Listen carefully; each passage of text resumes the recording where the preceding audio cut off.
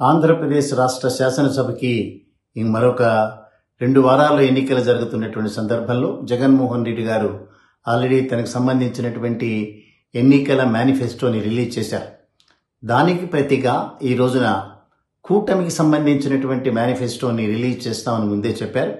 అదే కూటమికి సంబంధించినటువంటి మేనిఫెస్టోని వేదిక మీద ముగ్గురు కూర్చున్నా ఆ కూటమి ఇచ్చినటువంటి మేనిఫెస్టోలో 2 ఫోటోలు మాత్రమే ఉండటం అనేటటువంటిది అది ప్రధానంగా గమనించాల్సినటువంటి విషయం.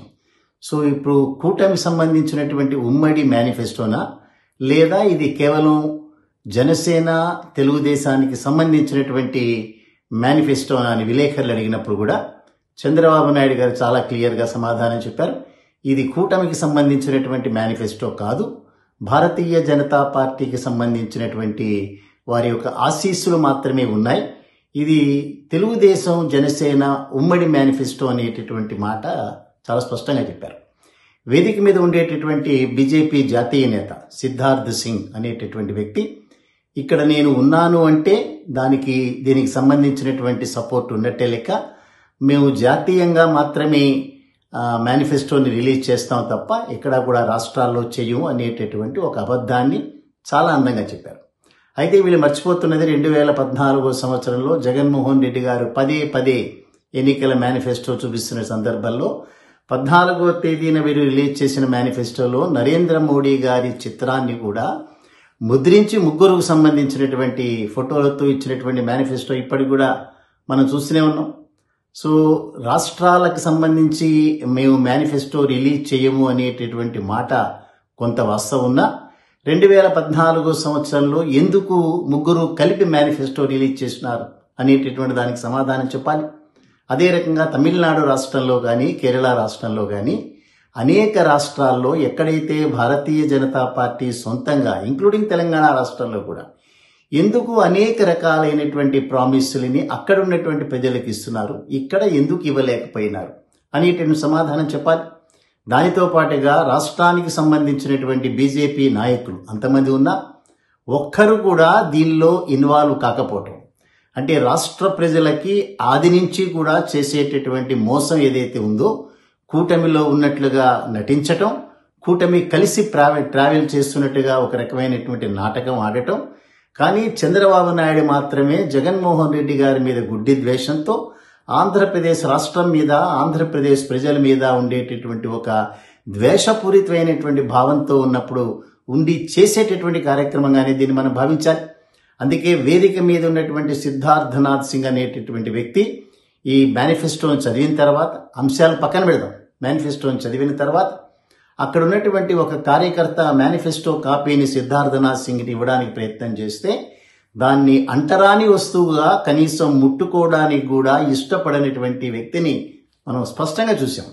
దానితో పాటుగా చంద్రబాబు నాయుడు పవన్ కళ్యాణ్ కూడా ఆ కార్యకర్తని వారిస్తూ ఇది మనకు సంబంధించినటువంటి మేనిఫెస్టో, కూటమిలో ఉంటాం కానీ భారతీయ జనతా పార్టీ దీనిలో అసోసియేట్ కాలేదు అనేటటువంటి ఆ కార్యక్రమాన్ని స్పష్టంగా ఆంధ్రప్రదేశ్ రాష్ట్ర ప్రజలందరూ చూశారు, తెలియజేశారు. అయితే ఇక్కడ ప్రధానంగా మనకు కావాల్సింది అనేక అంశాలు చంద్రబాబు నాయుడు పవన్ కళ్యాణ్ కలిసి దానిలో డిక్లేర్ చేశారు. ఇవన్నీ కూడా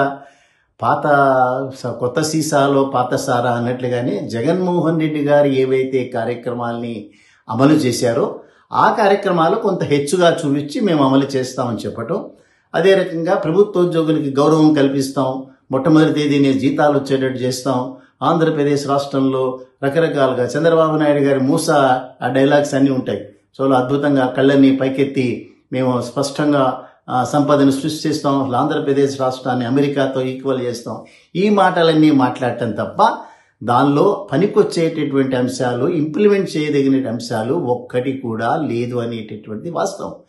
అయితే ఎందుకని మరి భారతీయ జనతా పార్టీ దీనిలోకి అసోసియేట్ కాలేకపోయినారు? అసోసియేట్ కాలేకపోవడానికి ప్రధానంగా 2-3 కారణాలు మనం దీనిలో విశ్లేషించవచ్చు. మొట్టమొదటి కారణం ఆంధ్రప్రదేశ్ రాష్ట్రంలోనే కాదు దేశంలో ఎక్కడ ఉన్నా సరే మైనారిటీలకు సంబంధించినటువంటి భవిష్యత్తుకి ఈ కూటమి లాంటి వ్యక్తులు ముఖ్యంగా భారతీయ జనతా పార్టీ ఏ రకమైనటువంటి అష్యూరెన్స్ ఇవ్వదు, వారి ప్రణాళిక ఉండదు. అందుకనే భారతీయ జనతా పార్టీ ఈ కూటమిలో ఉండే మిగతా 2 పార్టీలతో ఎందుకు అసోసియేట్ కాలేదనంటే మైనారిటీలకు సంబంధించిన ఏ రకమైనటువంటి సంక్షేమము మాతో కాదు అనేటటువంటి దాంతోనే వారు విభేదిస్తూనే, రెండవది ఉచితాలు అనేటటువంటి వాటికి మేము వ్యతిరేకము అనేటటువంటి మాట స్పష్టంగా చెప్తున్నారు. ఇప్పుడు చంద్రబాబు నాయుడు గారు అమ్మ ఒడి అమ్మ వందనం అనేటటువంటి ఒక కార్యక్రమంలో మేము 15,000 రూపాయలు అందరికీ ఇచ్చేస్తాం, ఏటా 3 సిలిండర్లు ఫ్రీగా ఇస్తాం, లేకపోతే బస్సులో ఉచితమైనటువంటి ప్రయాణం చేయిస్తాం, ఇంకా రకరకాల రైతులకి ఇట్లా రకరకాలుగా, అంటే ఇవేవి కూడా తను అమలు చెయ్యడు. ఇవి ఓట్ల వరకు ఓట్ల గాలం.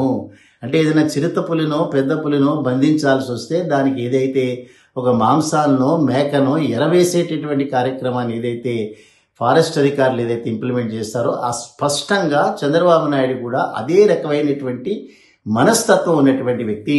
ఏవైనప్పటికీ కూడా ఆంధ్రప్రదేశ్ రాష్ట్ర ప్రజలందరూ కూడా ముఖ్యంగా గమనించాలి, ఆ మేనిఫెస్టోలో ఉన్నటువంటి అంశాలు ఇది చంద్రబాబు నాయుడు గారు తన కోసం తను తయారు చేసుకునేటువంటివి. అతను ఏం తయారు చేసినా కూడా భజన చేయడానికి అక్కడ ఒక జనసేన పార్టీ, దానికి ఒక అధ్యక్షుడు, ఏం చెప్పినా దానికి ఒక వ్యక్తి ఉంటాడు. అంతేకాని దానిలో అతనికి విపరీతమైన వేరే రకమైనటువంటి అభిప్రాయాలు లేవు అతనికి.